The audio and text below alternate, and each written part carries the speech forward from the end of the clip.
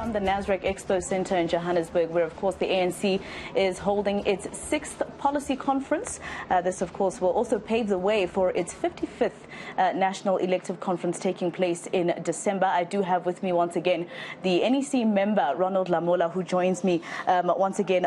Thank you very much for your time. We're still talking about the peace and stability and the fact that you obviously are going to form a huge part of that. And at the point that we stopped talking, you were telling me about what policies you'll be trying to speak to vigorously, at least, to make sure that we at least have policies that make sure we are not as embarrassed as we were, for instance, with the Bushiri case, and that we are able to get people who are facing criminal charges in our country to come back here faster than we've been able to.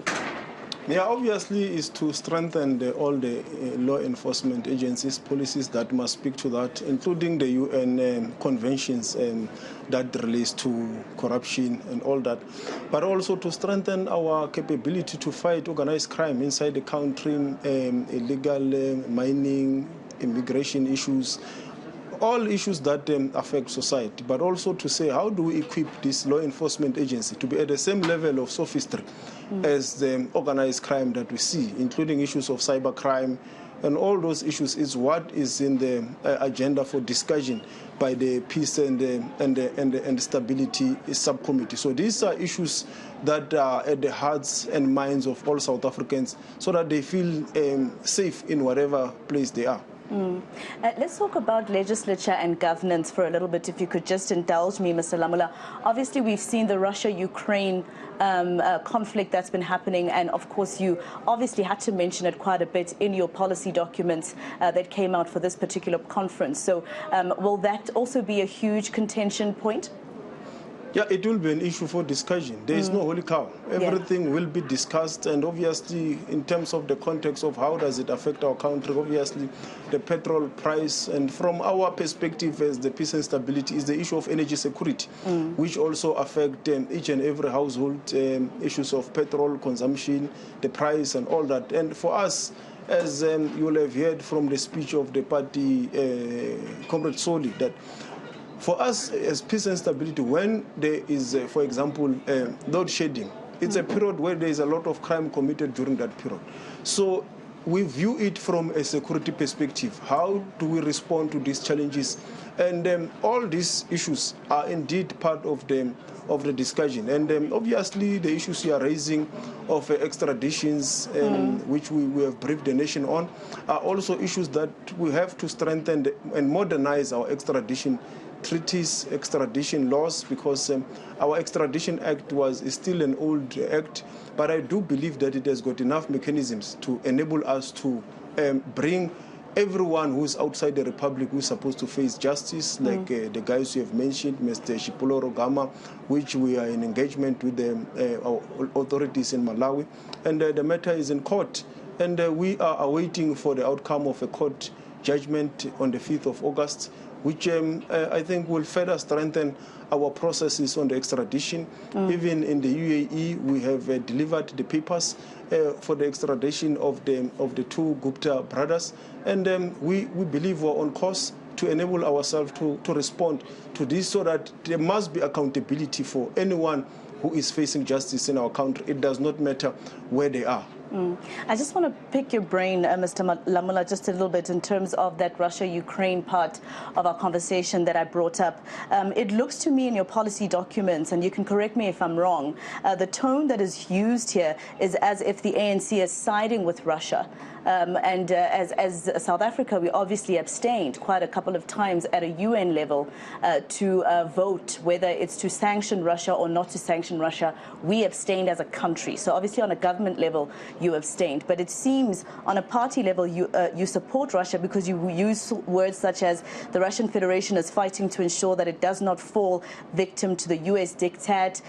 You say that NATO should stop its eastward expansion, etc. So is the ANC supporting Russia? No, the ANC is standing on a principle of world peace and stability, which is the founding documents in the Freedom Charter, which we are advocating for. And the ANC has been very clear that there should be world reorganization of multilateral institutions, including NATO, we must be able to respond when there is a challenge that the world is facing. And the ANC has been very clear, even on the issues of mediation and what should happen to the Ukraine-Russia conflict war, which we believe that does not benefit anyone in any parts of the world. Everyone is suffering, and the African continent suffers the most. So the sooner the war ends, the better for all of us.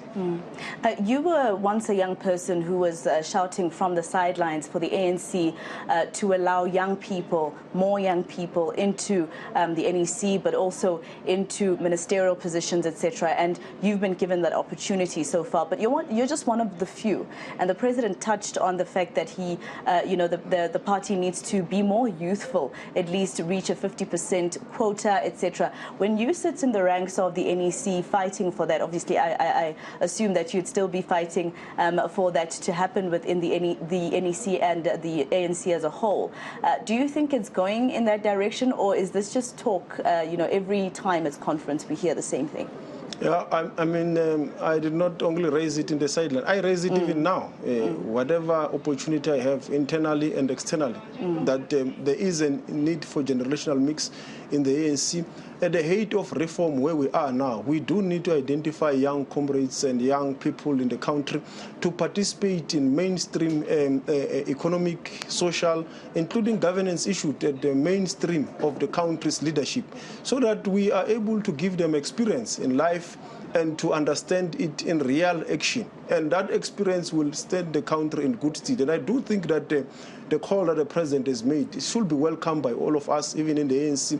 And it is important because this year is a year of conference, and I believe this conference is an important succession conference for the transition of the ANC from the various generations that the ANC has. So that transition must happen through deliberate engagement. And I think the president is opening up the debate so that there must be that discussion across the structures of the ANC. How do we usher in a new generation? What role they are going to play? Are they subscribing to the values of the ANC? Can they pass through the eye of the needle? Do they have the necessary requisite skill? If they don't have, what must the ANC do? So that whole succession discussion and plan, it's important, and I think that the president has raised it. It will add further impetus, not only to the transitional period of discussion of succession, but also to the renewal program of the ANC, because there can't be renewal without bringing a new cadre, new young, capable young people who subscribe to the values of the ANC, of selflessness and so forth. So the program of renewal must respond to that and must be carried by this new generation. Just very quickly, I have to wrap up. You mentioned the word cadre. Cadre deployment has been mentioned in the Zondo Commission report that says that it's actually unconstitutional. Yeah, obviously it has been raised by Zondo, and we agree with a lot of recommendations in the Zondo Commission, and we're clear that we're not going to dither in their implementation, and that's why Comrade Jeff briefed. This is what we're going to do with the resolutions, but we don't agree with the Commission on the issue of cadre deployment. Across the globe, internationally, even the OECD acknowledges that the political party in power needs to use cadre deployment to enable service delivery, but bringing capable people into the management of the state. Capable people, that's very interesting. Yes. But I have to quickly take the viewer back to one of our other top stories.